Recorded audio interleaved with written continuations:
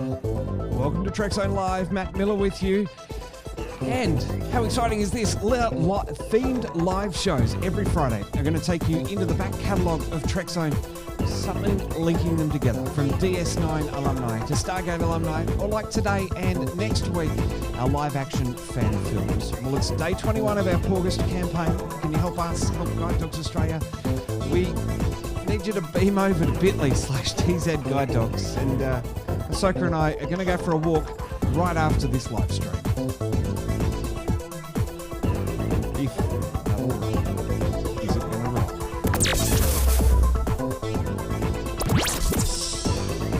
There we are, the magic of live production, and to prove that we are literally, genuinely live with little mistakes like that. I think if you will, sometimes the equipment is just not going to work, just like it is not going to fade out that audio. It has faded out that audio. I don't know what I'm listening to. But anyway, join me now as I bring you the Season 1 finale of Eternal Night from 6 years ago. I'm going to have a bit of a backstory on this one right after I play through this 40-minute news bulletin that we created for the end of Eternal Night. I've also got a blooper reel to share as well. And this is exciting. This is doing something else with our live streaming capabilities here at Trekzone. Thanks so much for joining me. Let us get into it if I press a couple of these buttons. Live from Spencer across Australia through the 5 television network, this is the late news. Tonight, finally charged. The man accused of king-hitting our VJ more than 11 months ago, taken into police custody. Watch and act alert. North Haverton residents on guard as fires continue to burn out of control on the outskirts of town. And calling Australia home, ex-US Marine Captain Philip Green arrives in Perth ahead of a 10-day national tour to promote his views. 5 News understands he's here to stay. And he'll be sitting down here with me at the Mercure Hotel at around 10:30.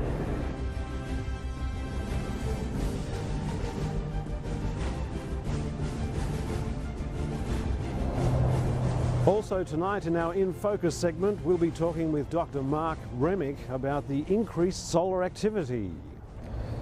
Scientists around the world are expressing growing concern at the increasing ferocity of solar flares and other nasty events on the surface of our star. 5's astronomy contributor, Dr. Remick, will join me live from his new home at the Queensland University of Astronomy just before 11. As always, the Twitter feed is active. That's @5News. And Katie, we've got a lot of news to get through tonight, so I'm with you for Perth's national news. It's good to have you aboard, Ryan. I'm here outside the Mercure Hotel in Perth, awaiting the arrival of ex-US Marine Captain Philip Green. He'll be joining me exclusively at 10:30. Since being dishonourably discharged around a week ago, he's become quite vocal against many mining projects around the world, particularly here in Australia. It's the reason for his national tour. He'll be addressing crowds in various cities over the next 10 days. And 5 News understands he's looking to make a move permanently. Before all that though, he's agreed to sit down with me, as I mentioned, exclusively at around about 10:30. First tonight, breaking news, the Queensland township of North Haverton is under threat from several grass fires that are burning out of control. Let's go live now to Damien Bremer at the command post just outside town. Damien. Katie, good evening. Embers have been flying for several hours, causing spot fires. Fireys are battling the blaze on 5 fronts as residents in North Haverton have been issued with a watch and act alert. Earlier today, strong westerlies fanned flames towards homes, but thankfully no loss of life or property has been reported.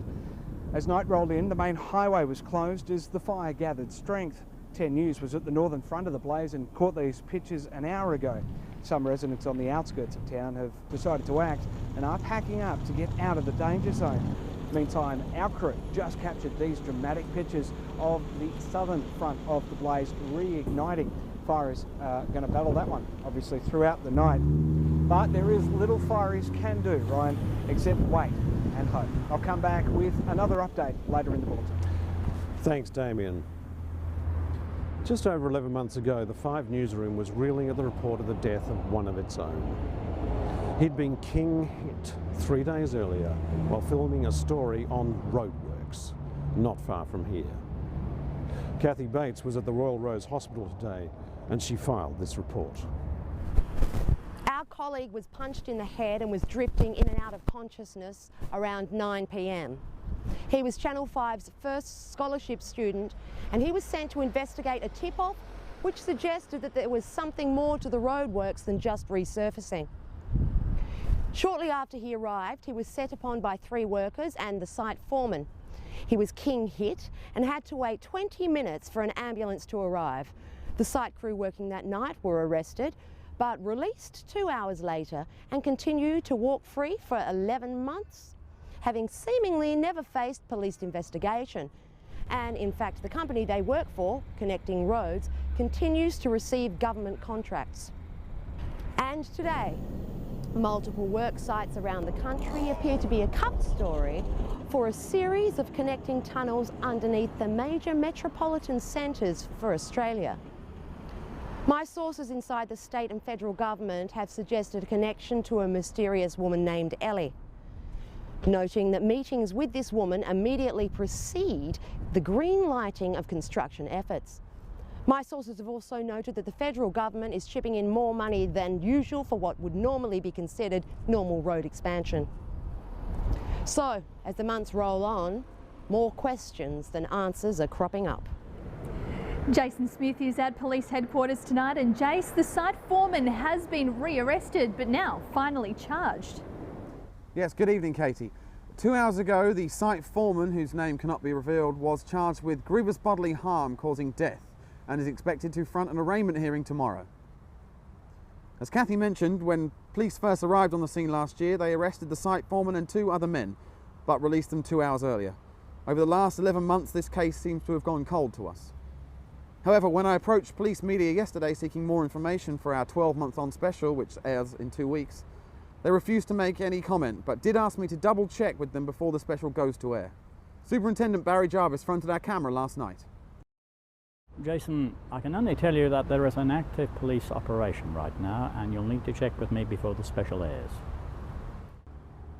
And Superintendent Jarvis will join me live at around 10:40 to answer some more questions. But Ryan, action finally taken. A result, finally. Jason Smith at police headquarters, many thanks. Let's cross to the newsroom now. Our station manager Mark Cunningham joins me now with a statement. Mark. Thanks, Katie. I'm up here in Brisbane with my colleagues. Look, Tom Stewart was the first journalist in Australia to be killed on the line of duty after he was sent to film major roadworks on a Perth highway. Look, he was surrounded by dozens of passing cars, staying in a well-lit area. No one would have thought what would have happened would have unfolded. The state government's handling of the incident has been woefully inadequate, to say the least. 5 News was actually prohibited from attending any government press conferences for 7 weeks following the attack. It was only because of you, Ryan, in fact, having a strong personal relationship with the state premier, that the embargo was actually lifted. But it still took 1 month and 20 days for common sense to prevail. I dedicate it to you now, guys, that 5 News will continue to seek the truth and pursue stories wherever they take us. Our resolve has been proven over the last 11 months, and we will not stop until we find the truth in any stories we're following. Katie? Thanks to Channel 5 station manager Mark Cunningham. Thank you. Staying on the East Coast and in Brisbane tonight is Brian Douglas. Brian, you've been following the developments there and in Sydney for the late news. Yeah, Katie, good evening. Well, 6 years of constant roadworks have left this city on a knife's edge at peak hour. But finally, a major portion of the city tunnel network has been opened to the public, and its toll-free run has been extended until Australia Day. The northern portion of the Cross-City Tunnel was opened in late July, and its operators have reported a steady rise in the number of commuters on the road, although they still won't release exact figures. And it's not being acknowledged publicly, but 5 News understands that this northern tunnel will connect with the Southern Link tunnel under construction at Toowong, and that will also link up with a massive 20-kilometre tunnel starting just north of Springfield. Elsewhere in Brisbane, the Ipswich motorway has been upgraded to its eastern terminus with the Cunningham Highway, and work on the western upgrade is tipped to begin mid-2013. In Sydney, commuters are facing long delays in various parts of the city. The major route south to Wollongong, the Northern Expressway, experienced major shoulder and reserve upgrade work this year, while closer to the city, major works continue on urban roads. Work in Adelaide appears to be non-existent, while our regional journalists have reported some large earth-moving equipment rolling into townships over the past week. 5's Mark Williams was embedded with Aussie troops in Afghanistan when attacked by Kundu soldiers. Mark joins me from the... Mark, what have you learnt? Good evening, Ryan. Autopsies have confirmed that the Kundu forces who attacked the 5th Infantry Division were high on a cocktail of drugs that would have made them stronger, faster and more alert for longer.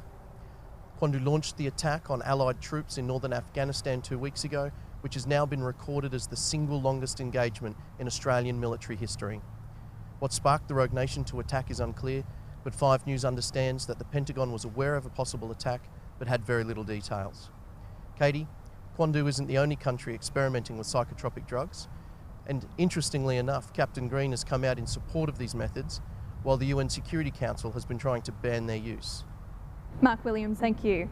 Now, Captain Green will be joining me shortly, as I mentioned, for a one-on-one exclusive interview here inside the Mercure Hotel.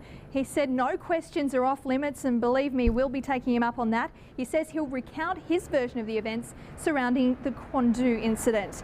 Ryan, we're waiting for him to arrive and check in, of course, before that though. A fire in Brisbane's south is causing major disruption. An explosion about 40 minutes ago forced our chopper out of the area, but Jace Barker is on board and has the latest details. Well, thanks, Ryan. Yeah, we were there for the explosion, and gee, it was a sight, but unfortunately it has caused a rift of traffic right around Brisbane City. In fact, the Ipswich motorway getting inbound from Wacol is just a mess heading up to Archerfield. We notice the run down the Western Freeway, Centenary Highway starting to slow up, with a lot of people having a look at the smoke that is still billowing from the factory as well. My only advice is, of course, stay away from the area. Fireys are still trying to get this under control, and they still have some back streets cordoned off. So it is a bit of an effort trying to get around the factory itself, or the area, the immediate area. Katie, we'll get you a further check this evening. It's back to you. Thanks, Jace.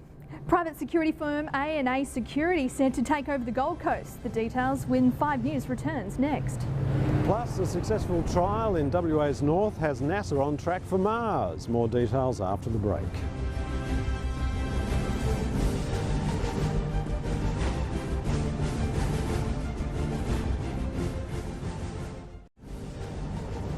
Welcome back. You're with 5 Lake News across Australia.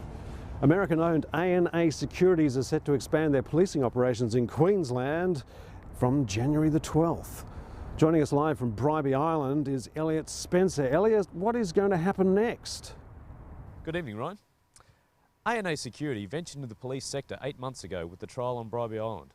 They were handed the keys to the station 2 weeks ago as the last sworn officer was reassigned to Caboolture. Out with the old, in with the new. For the past 2 weeks there have been no police officers on Bribie Island, at least none that have sworn an oath. We're extremely happy with the performance of our officers. For 8 months, private security officers worked side by side with sworn police officers. Over that time, their duties increased from administrative to traffic operations.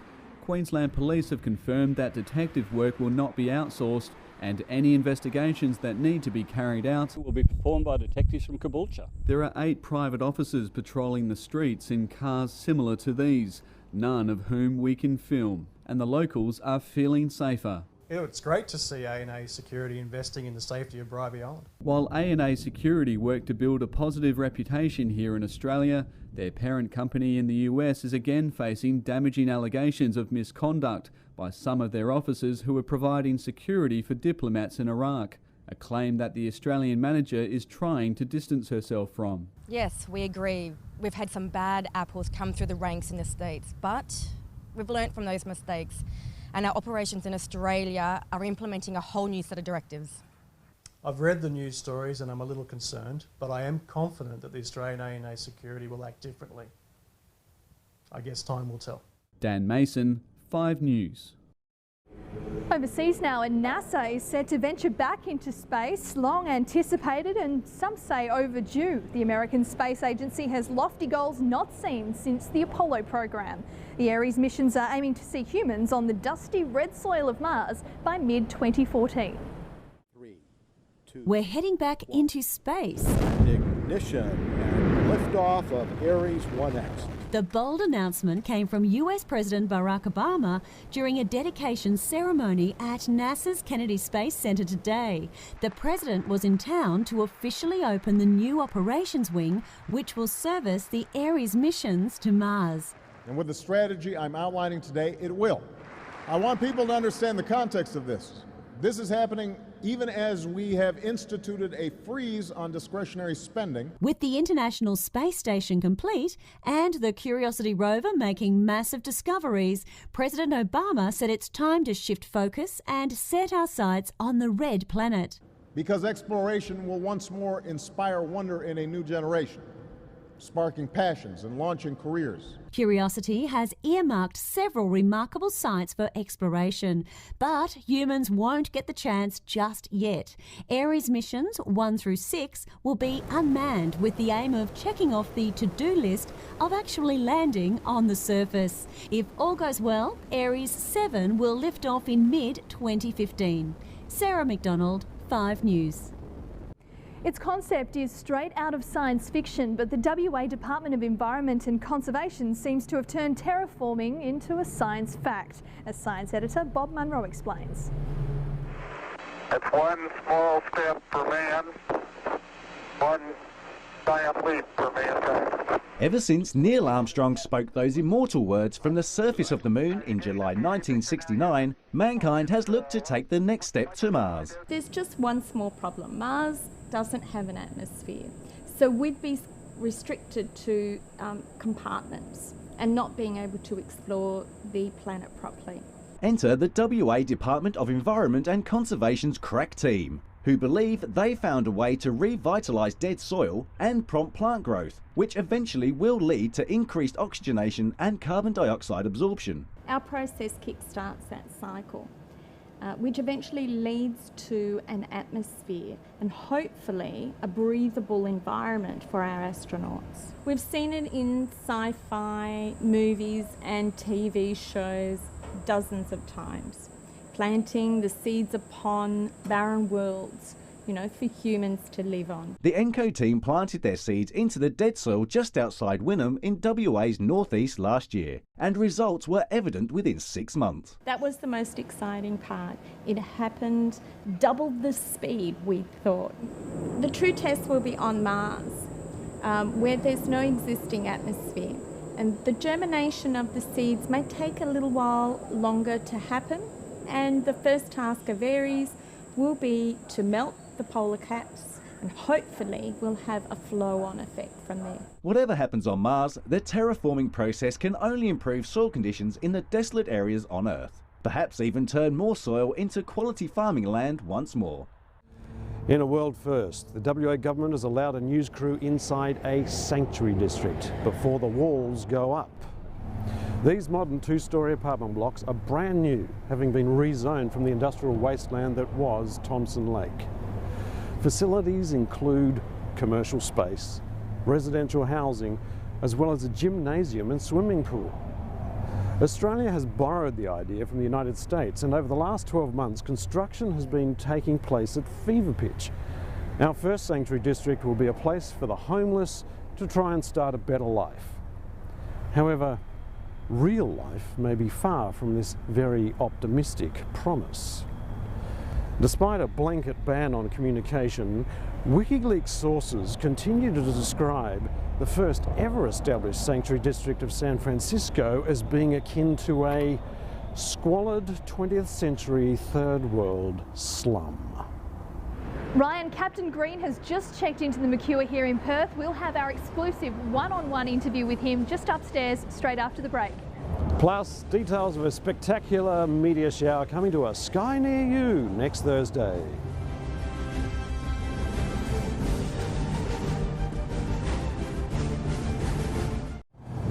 Welcome back. It's an astronomer's delight at the moment. Not only is the sun piquing our interest, and we have missions about to be launched to Mars, but if you look to the heavens next Thursday night, you might be in for a bit of a show. 4 basketball-sized meteors are heading towards Earth and are going to give us quite a shower of sparks.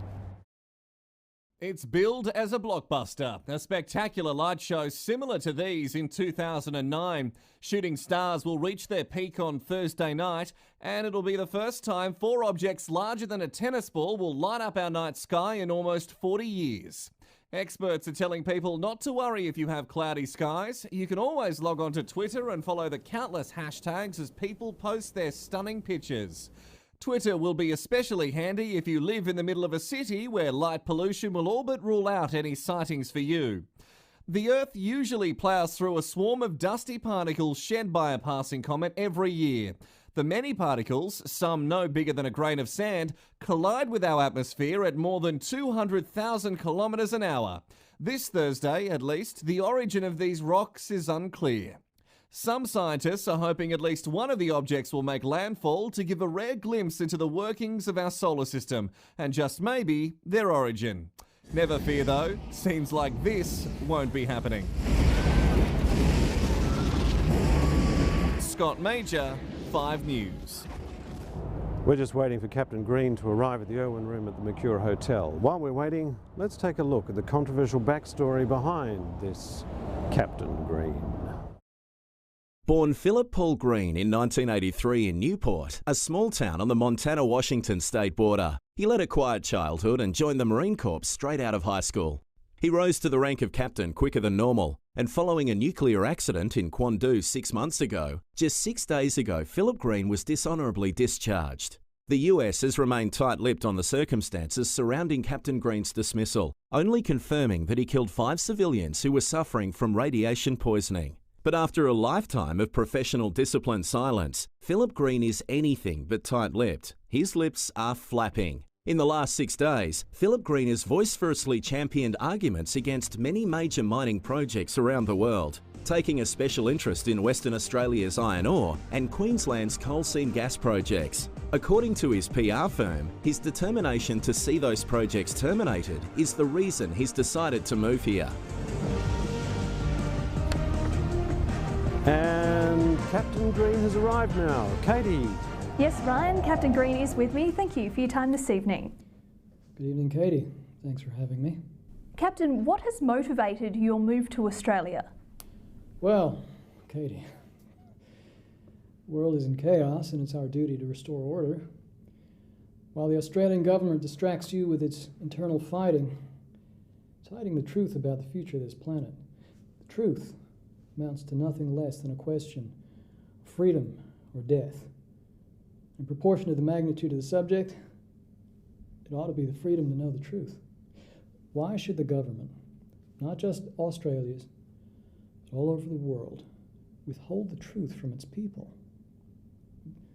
Why should the governments make all the decisions and leave the people to muddle through the panic that will inevitably ensue?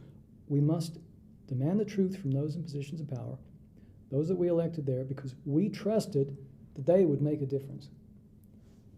We must protest. We must rally until our voice is heard.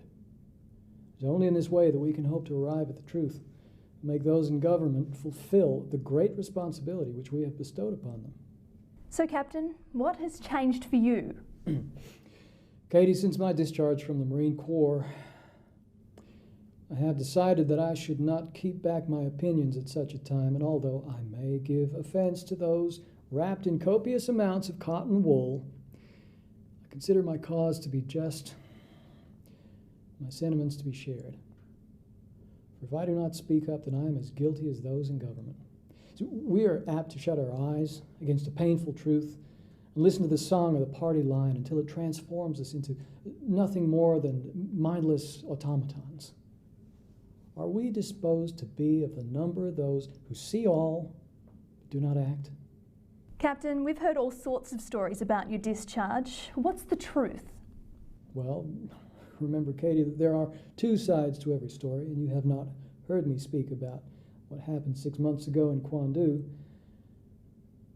However, tonight I will tell you what happened. Truth, as only I witnessed. I was alone in the Quandu capital on July 6. I was part of the 7th Expeditionary Battalion attached to a UN convoy. After several hours of patrol duty, a faint explosion was heard, Reports started coming in that radiation from a nuclear device was spreading through the eastern quarter of the city. Several pounds of TNT had been accidentally detonated by scientists working in an abandoned factory. My squad arrived first, and our suspicions were confirmed. Quandu was on the verge of splitting the atom. Nuclear material was leaking from several sealed compartments inside the factory. Unfortunately, the neighboring school was dosed with a high concentration of the deadly gamma rays. Within days, the students and their teachers started to get sick. On the 14th, I was approached by several locals who begged for me to end their suffering.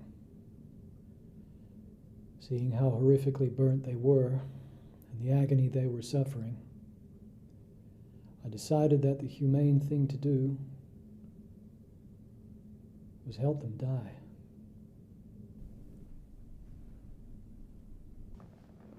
There are sacred obligations of conscience from which no one has the power to release us and which we must fulfill, even if it costs us our or others their lives. These children would have continued to get sicker, and if they managed by divine intervention to survive, they could have passed on genetic mutations to their children and so on down the line. In that one moment, I made the decision that in order to survive, to be human is to be pure.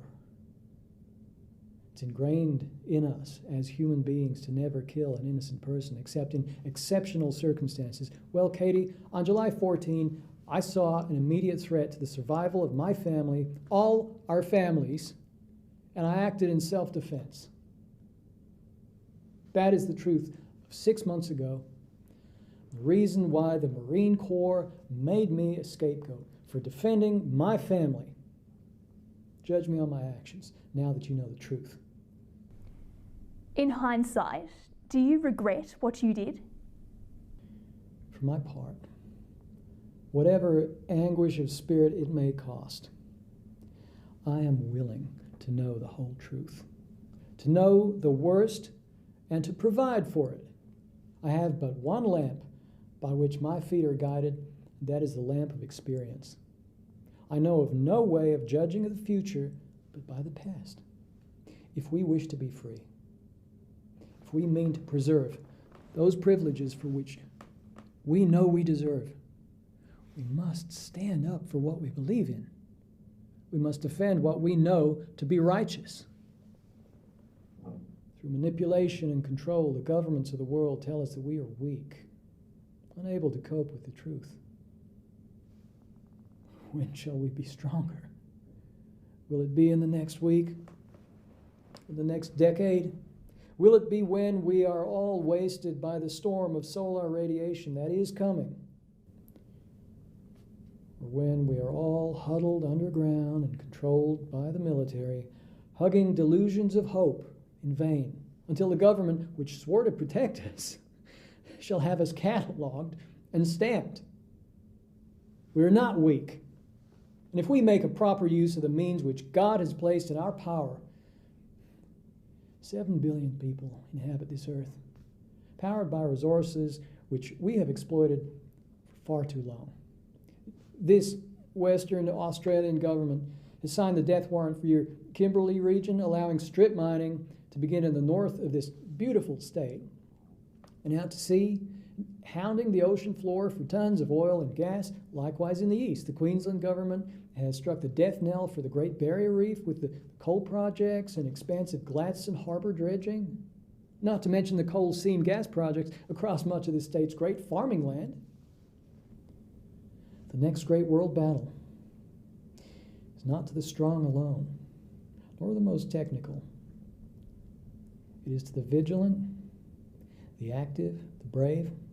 The next battle will be fought online by computers, remote control. But it will cost humanity its greatest asset, planet Earth. There is no retreat from this conflict that is coming, but submission or death. Our chains are forged. Peace lovers may cry, peace, peace, but there is no peace. The war has already begun. The next strike will be to our core. Do you believe that life is so dear, or peace is so sweet as to be purchased at the price of chains and slavery? This is not a time for timidity and second guessing. We cannot afford to doubt ourselves. We must reject the impure and cast it out. Captain, we've run out of time, but thank you for your honesty and also for your time this evening. Thank you, Katie, for letting me speak and not cutting me off every minute like other networks. Since his discharge, Captain Green has stirred up quite a controversy with these views. We made the editorial decision to let him speak so that you could make up your own mind. And after tonight's interview, I think you can be assured we're going to be hearing a lot. In the meantime, let's take a break and come back with our other stories, including the story of the fire in Brisbane South.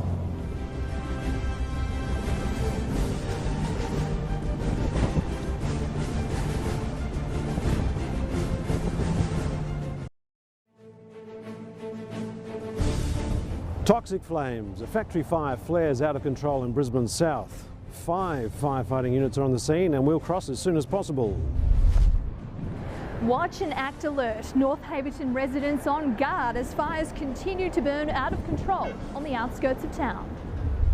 Finally charged. The man accused of king-hitting our VJ more than 11 months ago, taken into police custody.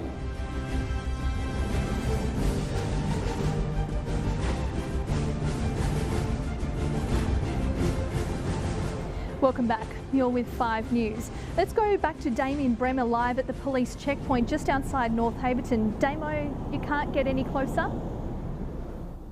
No, Katie, this is as far as police are letting anyone get. The fire is raging to my left. The police have set up this checkpoint just behind me to ensure cars are moving at a steady pace along this main road out of town. It's believed a lightning strike, unfortunately, during a summer storm may have sparked this blaze.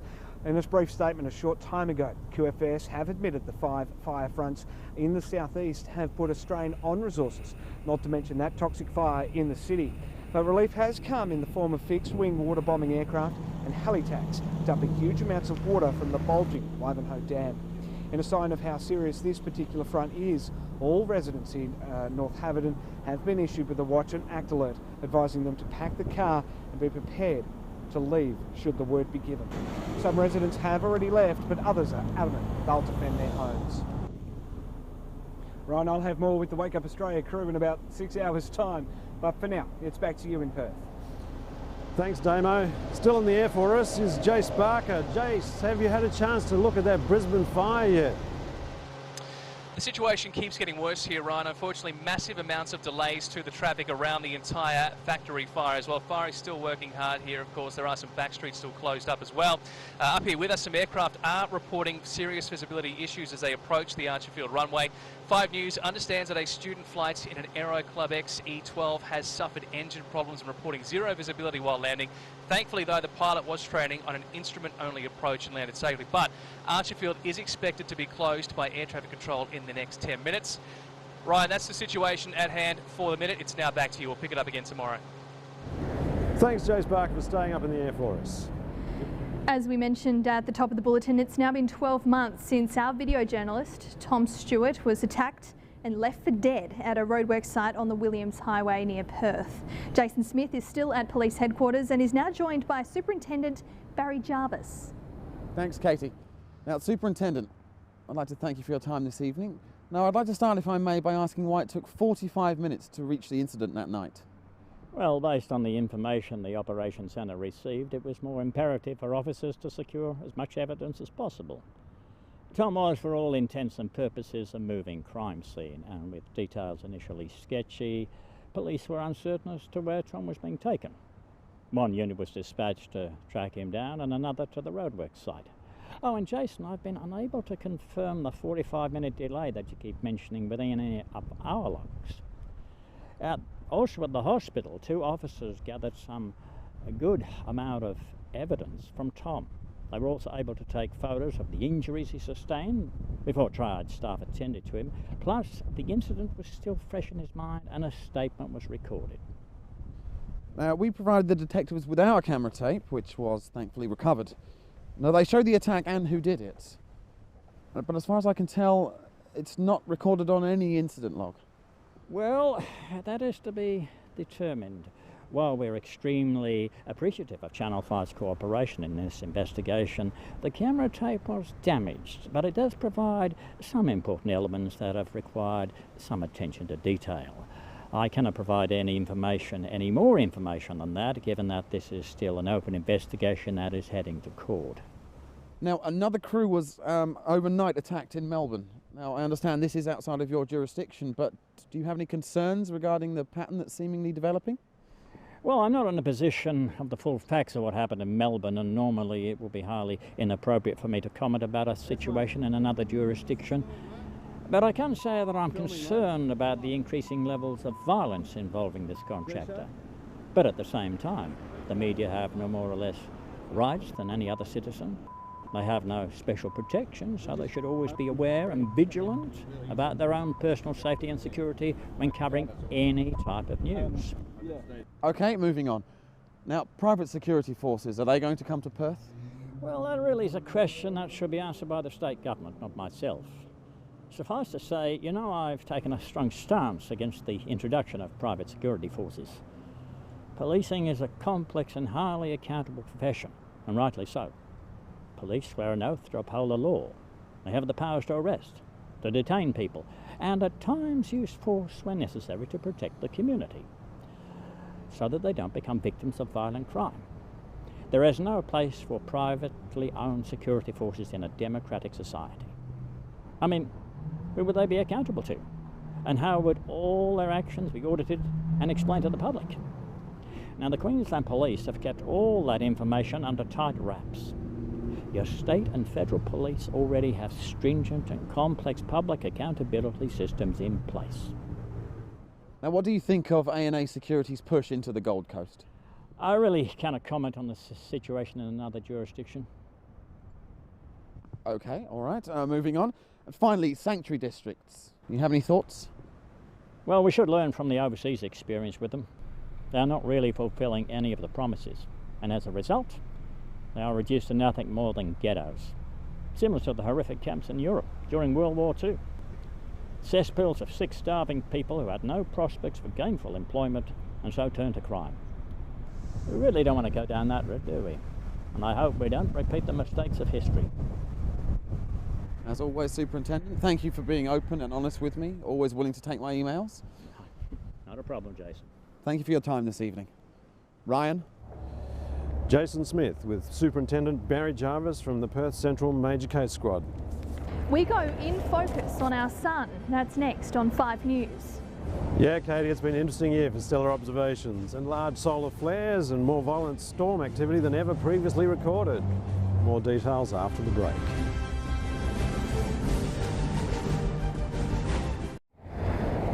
"12 months ago, scientists predicted a massive solar eruption would eject material from the sun, which would then hit the southern magnetosphere and, who knows, possibly make its way through, disrupting communications and satellites. It never happened, but the threat to communication satellites has not yet been averted. Satellites are usually placed in a hibernation mode to survive the strong electromagnetic forces associated with a solar flare. Scientists around the world are expressing growing concern at the increasing ferocity of solar flares and other nasty events on the surface of our star. Most commonly, solar flares increase during this time. However, scientists are baffled as to why several coronal mass ejections have erupted this week. Before we go tonight, let's check in with Studio C. Fred Mafrica is standing by. Big show tonight. What's in store, mate? Thanks, Katie. Coming up next on The Couch, we talk exclusively to Bert Newton about his recovery. And later on, we talk to Rove in LA about his brand new show. Facing trouble again, the Austereo radio announcers back in the headlines. We find out what the latest is about that with Peter Ford and more. Please join us after the news. Back to you, Ryan. Well, that's the way the 19th of December unfolded. Thanks for sharing the evening with me, Katie.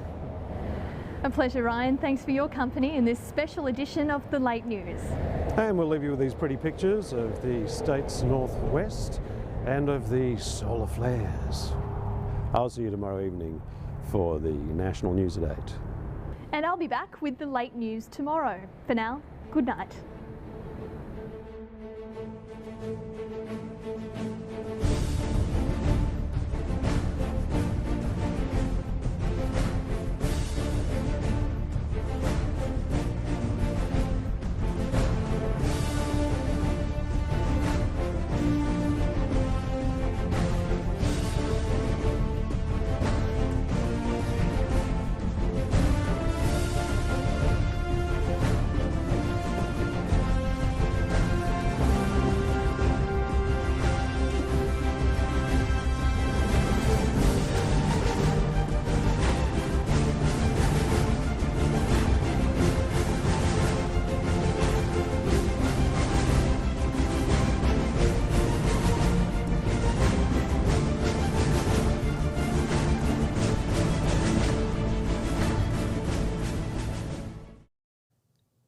Well, there we go.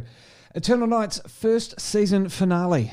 And like I said on Twitter just before, the first time that I'd produced anything that long or with that many cast and crew filming across 3 states of this fantastic country of ours way back in 2014, 2013. And some of those pictures there even going as far back as 2008. Which is just absolutely incredible. Now, there were a lot of comments on those videos that were posted on YouTube at the time in regards to how this fitted in with Star Trek at all. What was the point? It was real time. It was a news bulletin. How could this possibly make any sense in the grand scheme of things? And I think what a lot of people missed at the time, and maybe I wasn't as overt as I needed to be, were the stories. Listen to those stories, see what's happening. Sure, you've got your other stuff happening around the country that is going to be reported on in any national bulletin. We still see that today, like the factory fire in Brisbane with Jace Barker. You had a few other stories there as well. The Sun doing some funny stuff. But the main ingredients of that bulletin were the Sanctuary District, the terraforming, the Ares missions to Mars. You know, we know now that it's called the Artemis program, but in the Star Trek universe, around this time, we were off to Mars in the Ares missions. We saw it there in that Voyager episode, where Chakotay and the team were really curious about that phenomenon, and they went in the elliptical disc or whatever. I can't remember exactly what it was, but there was that episode there with Ares 7. And we had a few other things. Captain Philip Green, we saw him in archive vision on Enterprise's Terra Prime as Colonel Philip Green, the despotic militia leader that genetically euthanized hundreds of thousands of people in the Star Trek timeline during World War III. We're leading into the World War III timeline here on Star Trek, in the Star Trek universe at this time. You know, and the other one there as well, talking about souped up soldiers from Kundu. Well, we're talking about genetic manipulation and the augments there. So a lot of in-depth. And the whole idea behind that was that all of these stories were going to be playing in the background, the B-plots of the 3rd season of Eternal Night. The first season were those personal logs from the Commandant of Starfleet Academy, the personal logs of people around Cadet Evie Cunningham. The 2nd season was written and was half produced, could in theory come back to being produced, but those scripts were written there. She was in 2380. She was learning about the history of her parents and exactly what they were up to. And that just meant that we needed to, somewhere along the line, obviously it was never, season 3 was never fully fleshed out, but somewhere along the line she was going to discover that they were from the late 20th, early 21st century of Earth. And she was going to find a way, just like Admiral Janeway in Voyager's Endgame, she was going to have a way of getting back in time and seeing exactly what would happen. And being in that time, where we sit in the Star Trek universe, as we all know, through all the shows that have been there, all these events would be unfolding. And you would be seeing those in the background. This Channel 5 would always be in the background, would be on a television in the background of many of the scenes. That was the whole intention behind all of this. Unfortunately, my ambitions were ahead of my abilities at the time. Even that bulletin there, you see some of the dropouts and some of the fancy editing techniques that I've done to get round some of the things and the way that it was shot. But there are a couple of things there that I can still notice were actually not mistakes, not intentional mistakes at all. It was the way that the computer exported the program at the time, all those segments, and just the lack of power and having a huge timeline with all of these events going on. The computer at the time just couldn't handle it, and that's the way it all sort of worked out. And we just had, as I said, the ambition was ahead of the abilities at the time. Well, like any good production, we have a blooper reel. It does go for a few minutes, but I'm going to include it here because it was such a fun experience to grab all of those actors together. As I say, from across, actors from 2 states in Perth and Brisbane. We also had the filming there when I was living in New South Wales for a time. So it all sort of came together over about 6 years and just got produced into the news bulletin. But without further ado, let's have a look at this blooper reel before we wrap up today's live stream. So there's just one small problem. I don't know what it is. Our VJ is dropped in custard after 11 months. I got food in my teeth. Nothing in particular.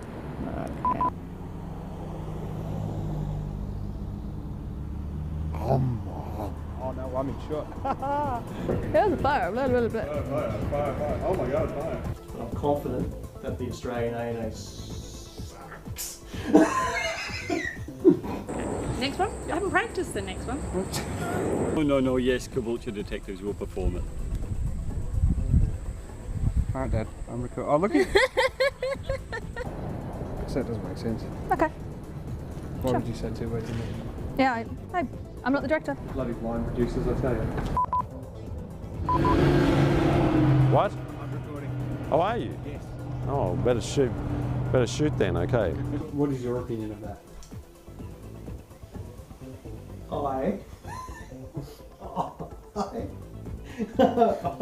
I've read the news stories. Are you recording? Yes, I am. Am I on? Wait. I'm recording. We go in To assist. No, we'll be before you. No, will be performed by detectives from Caboolture. I've read the... And now it's raining. I know. Bloody hell. Alright. Hi, Mr. Moore. It's a bit orange now, isn't it? I look very tan. Our process kick-starts with the cycle, which eventually leads to an atmosphere and hopefully a breathable environment for our astronauts. Fingers crossed. Otherwise I will die. Okay. I'll have a crack.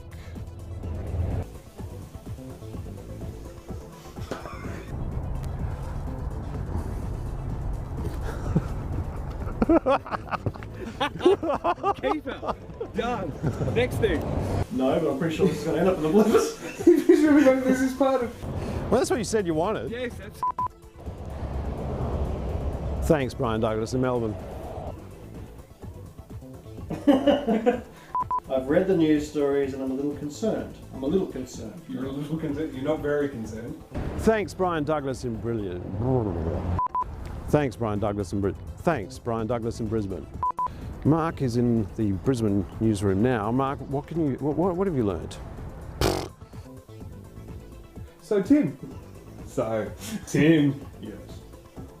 Wow, you're going to run out of tape. Got 47 minutes. We can go all night. Great.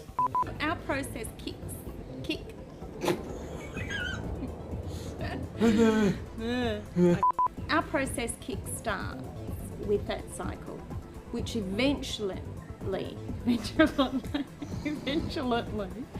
that's an English word. And I'll see you tomorrow evening at the regular time of 8 o'clock for the evening bulletin. We'll leave you with these pretty pictures from the northwest of the state and of the sun. All right, not quite. Sun sounds so sexy. Thank you, Katie. Coming up next on The Couch, we talk exclusively to Bert Newton from his hospital bed. Rove McMinnis tells us about his brand new show, LA. Sorry about that, Katie. Boom, shadow. Sorry, Katie. I saw that. Do it again. Our process kick-starts that cycle and eventually leads to an atmosphere. Oh, my God. Before we go tonight, let's check with Fred Mafika!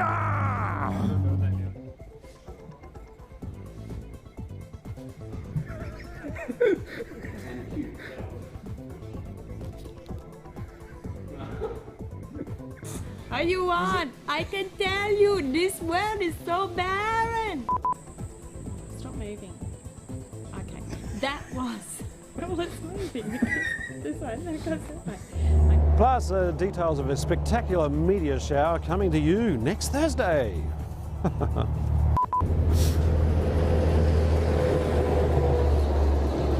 And another one bites the dust, and another one's gone, and another one's gone, and another one bites the dust. Has he got enough batteries to last the night? No. Oh, bugger. 4 basketball-sized meteors are heading toward Earth and are going to burn up in the Earth's atmosphere. It'll be quite a show. What? Camera's just going. Why? This one holding it and laughing.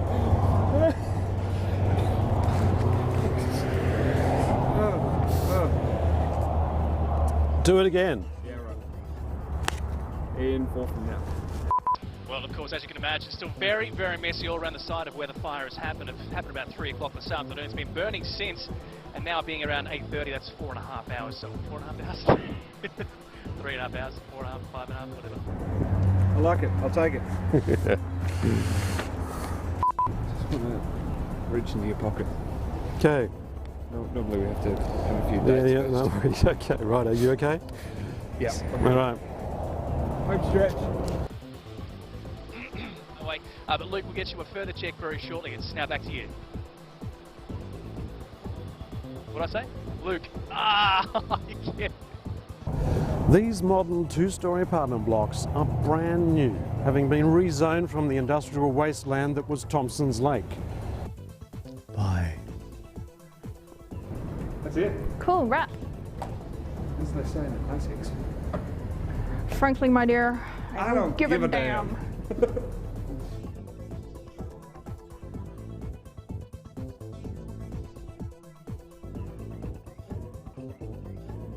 Well, it was an absolute blast. As I said, to make that and have a bit of fun along the way and make a Star Trek fan film, not quite a Star Trek fan film. Well, that's a wrap on this first Themed Live Friday. Next week, we're going to take you into our second fan film production.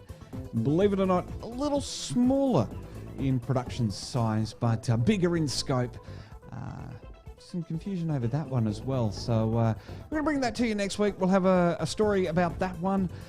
And we'll do it all again, 8 o'clock next Friday for another themed show. Thanks very much for your company today. It has been fun to look back on this 6-year-old production and see just how far we've come in terms of our production. Alrighty, well, I'm Matt Miller here at Trekzone HQ. It's time to wrap up this live stream. Join me again on Monday. We're going to be chatting about Atomic Network's Renegades production, Nichelle Nichols' Swan Song, and of course Talking Science on Wednesday. And Trekzone Plays is coming. I have the hardware somewhere that I have to install into the Windows 98 PC to get that up and running, but we do have the ability to do that. I'll have to move that live bug to the or I just move over here or something like that. But it is going to happen. Trekzone Plays coming up really, really soon. That is on Tuesdays and Thursdays. A Trekzone Conversation, the usual interviews on Mondays, and Talking Science on Wednesdays, plus themed shows, themed live shows on Friday, as you're watching now. That's it. It's a wrap.